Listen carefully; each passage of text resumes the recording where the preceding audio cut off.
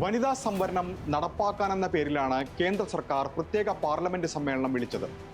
ലോക്സഭാ സീറ്റുകളുടെ എണ്ണം 850 വരെയാക്കി ഉയർത്തി 2029 ലോക്സഭാ തെരഞ്ഞെടുപ്പ് മുതൽ 33% വനിതാ സംവരണം നടപ്പാക്കുകയായിരുന്നു ലക്ഷ്യം.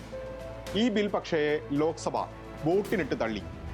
298 പേർ പിന്തുണച്ചപ്പോൾ 230 അംഗങ്ങൾ എതിർത്തു. ഭരണഘടനാ ഭേദഗതിയായിരുന്നതിനാൽ ഭൂരിപക്ഷത്തിന് വേണ്ടിയിരുന്നത് 352 പേരുടെ പിന്തുണ.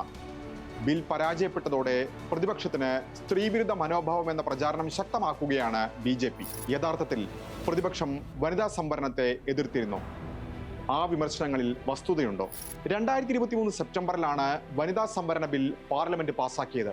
1996 HD ദേവഗൌഡയുടെ കാലത്ത് അവതരിപ്പിക്കുകയും പിന്നീട് കടലാസിൽ ഒതുങ്ങുകയും ചെയ്ത ബിൽ പാസ്സായപ്പോൾ യാഥാർത്ഥ്യമായത് 27 വർഷത്തെ കാത്തിരിപ്പാണ്. അന്ന് പ്രതിപക്ഷത്തിന്റെ കൂടി പിന്തുണയോടെയാണ് ബിൽ പാസാക്കിയത്. ലോക്സഭയിലെ വോട്ടിംഗ് നില കാണുക.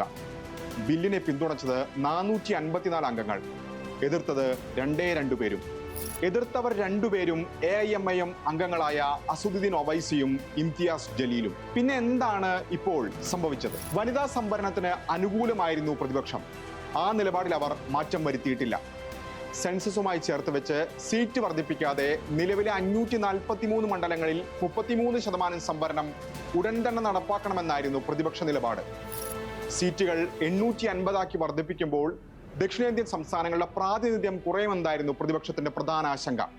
അത് മറികടക്കാൻ 50% വർധനയെന്ന വാഗ്ദാനം മുന്നോട്ട് വെച്ചെങ്കിലും രാഷ്ട്രീയ നേട്ടത്തിനനുസരിച്ച് മണ്ഡലങ്ങളുടെ അതിര് മാറ്റിവരയ്ക്കപ്പെട്ടേക്കാമെന്ന തിരിച്ചറിവ് പ്രതിപക്ഷത്തിനുണ്ടായി. 2022 ജമ്മു കശ്മീരിലും 2023 അസമിലും നടന്ന മണ്ഡല പുനഃക്രമീകരണം ഉദാഹരണമായി മുന്നിലുള്ളതിനാൽ പ്രതിപക്ഷം ആ വാഗ്ദാനങ്ങൾ നിരസിച്ചു. പരാജയപ്പെടുമെന്ന് ഉറപ്പായിട്ടും അപ്പോൾ ബില്ലുമായി എന്തിനാണ് കേന്ദ്ര സർക്കാർ മുന്നോട്ട് പോയത്? പശ്ചിമ ബംഗാളിലെയും തമിഴ്നാട്ടിലെയും നിയമസഭാ തെരഞ്ഞെടുപ്പുകളിൽ വനിതാ വോട്ട് ലക്ഷ്യമിട്ടുള്ള നീക്കമെന്ന് ഒറ്റ നോട്ടത്തിൽ തോന്നാമെങ്കിലും എത്രമാത്രം സ്വാധീനം ഉണ്ടാക്കുമെന്നത് കണ്ടറിയേണ്ട വിഷയമാണ്. കാരണം ബംഗാളിൽ തൃണമൂലിനെ നയിക്കുന്നത് രാജ്യത്ത് നിലവിലുള്ള 2 വനിതാ മുഖ്യമന്ത്രിമാരിൽ ഒരാളായ മമതാ ബാനർജിയാണ്. 52 മണ്ഡലങ്ങളിലാണ് തൃണമൂലിന്റെ വനിതാ സ്ഥാനാർത്ഥികൾ. 27% വരും ഇത്. BJPയിൽ വനിതാ സ്ഥാനാർത്ഥികൾ 15% താഴെ മാത്രം. DMK ആകട്ടെ ആത്മാഭിമാനത്തിന് നേരെയുള്ള കടന്നുകയറ്റമായി തമിഴ് വികാരം ആളിക്കത്തിക്കുന്നു.